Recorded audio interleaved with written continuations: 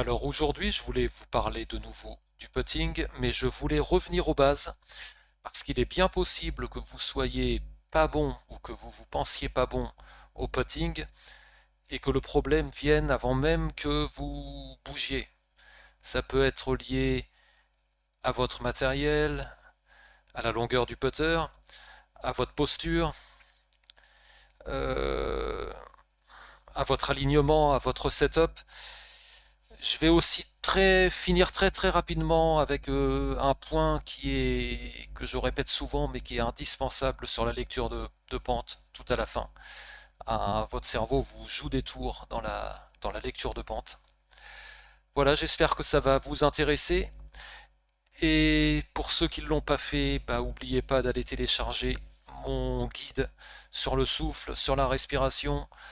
Je pense que ça va à la fois pouvoir faire évoluer votre jeu, mais vous allez voir, c'est très utile, à mon avis, dans la vie de tous les jours. Moi, c'est un sujet qui me passionne, donc allez voir, ne serait-ce que par curiosité. Je vais mettre le lien en commentaire épinglé, donc allez-y et dites-moi ce que vous en pensez. Allez, c'est parti pour le putting. Alors, avant de vous parler technique, un premier point qui est important, mais bizarrement, c'est parfois oublié, c'est la taille, la longueur du putter. Votre putter, est-ce qu'il est à la bonne taille pour vous? C'est c'est super important parce que la longueur de votre putter, ça va déterminer la façon dont vous vous penchez, ça va déterminer la position de vos bras, ça va déterminer l'angle de votre regard par rapport à la balle, ça va déterminer votre capacité à faire un mouvement fluide, à faire un mouvement centré. Donc voilà, j'ai pas à vous convaincre que être certain que son putter est à la bonne taille, c'est très important.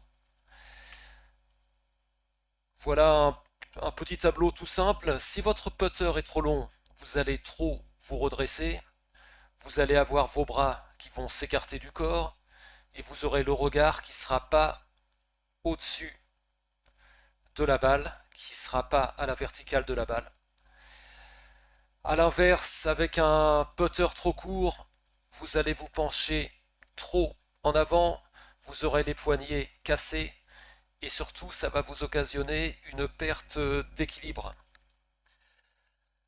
Donc en magasin, qu'est-ce que vous allez trouver en général en magasin en France le plus couramment, le plus courant Euh, Le plus courant c'est le 34 pouces et le 35 pouces.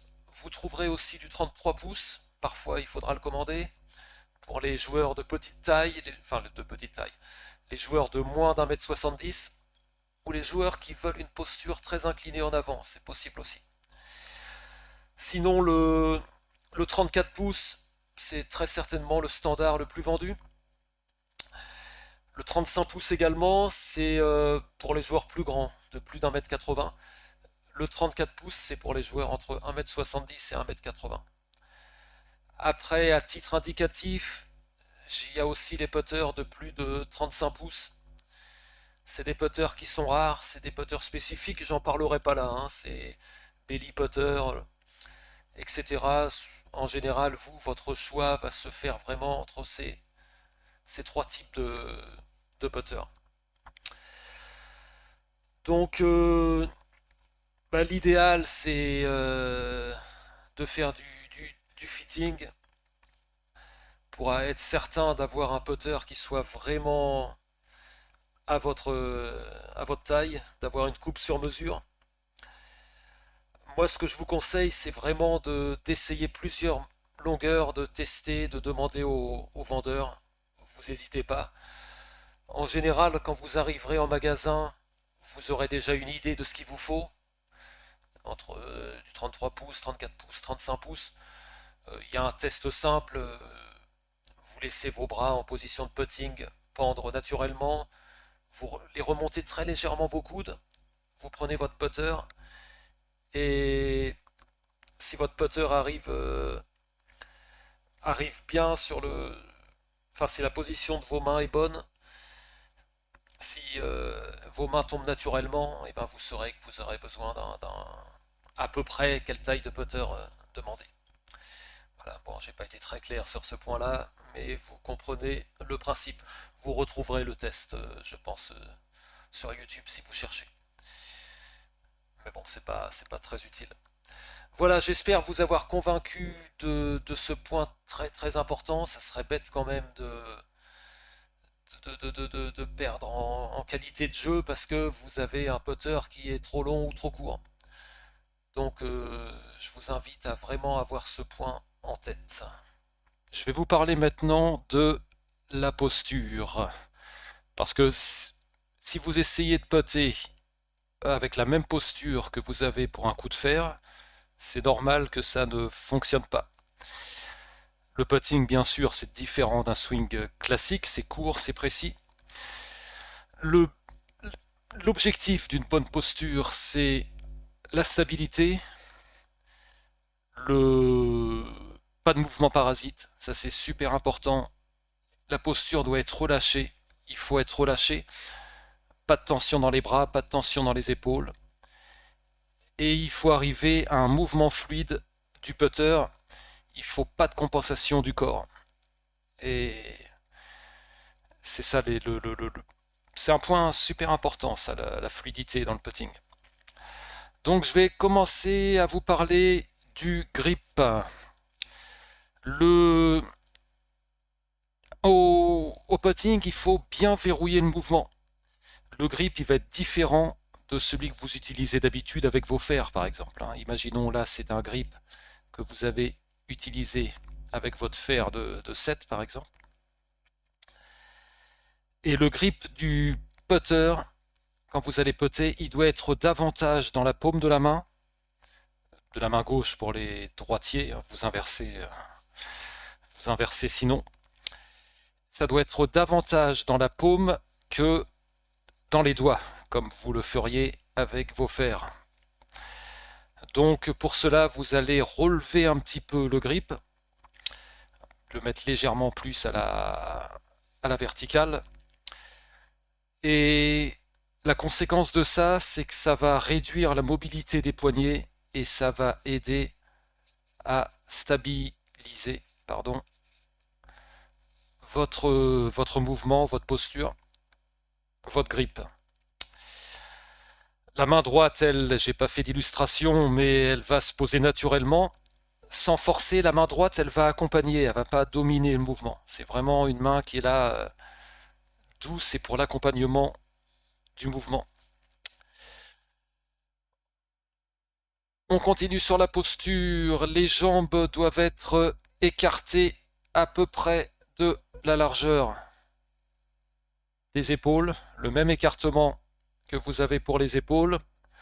Le shaft, et ça c'est important par rapport au sol, le shaft est à 90 degrés. Donc 90 degrés, vous évitez d'incliner le shaft d'un côté ou de l'autre. Vous essayez vraiment de garder un angle droit de 90 degrés.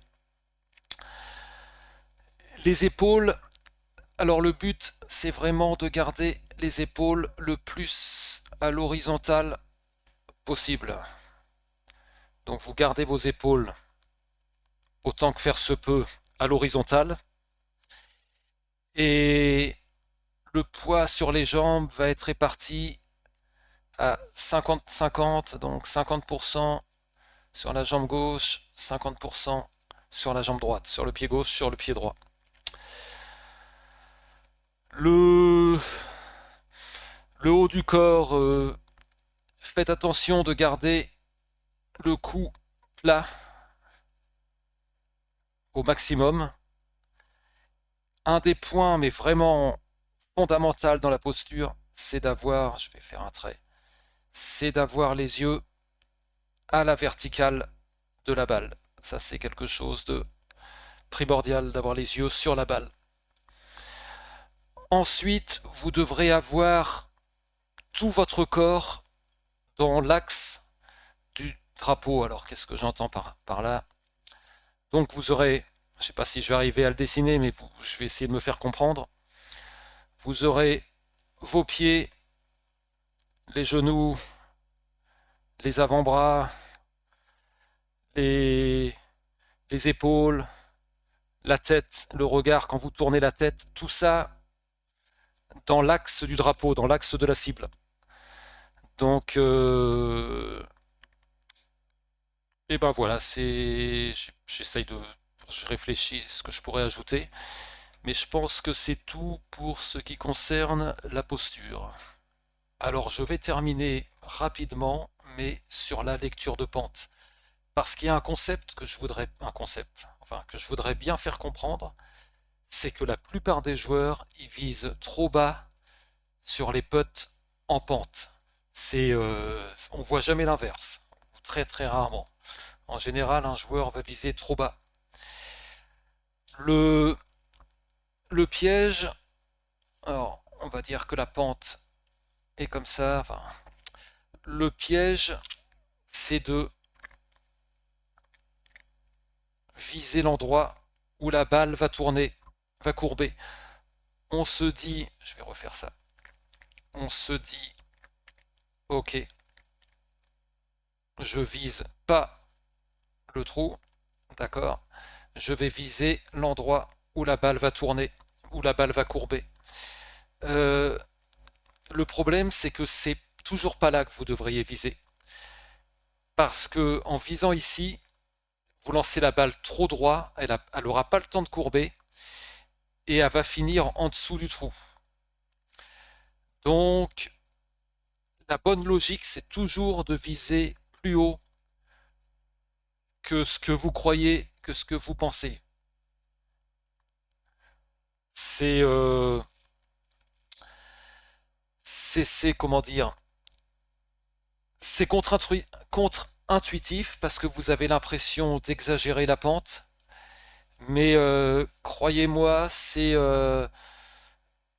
votre cerveau sous-estime toujours la pente. Vous faites peut-être partie des exceptions, mais en général, le cerveau va sous-estimer la pente. Donc, je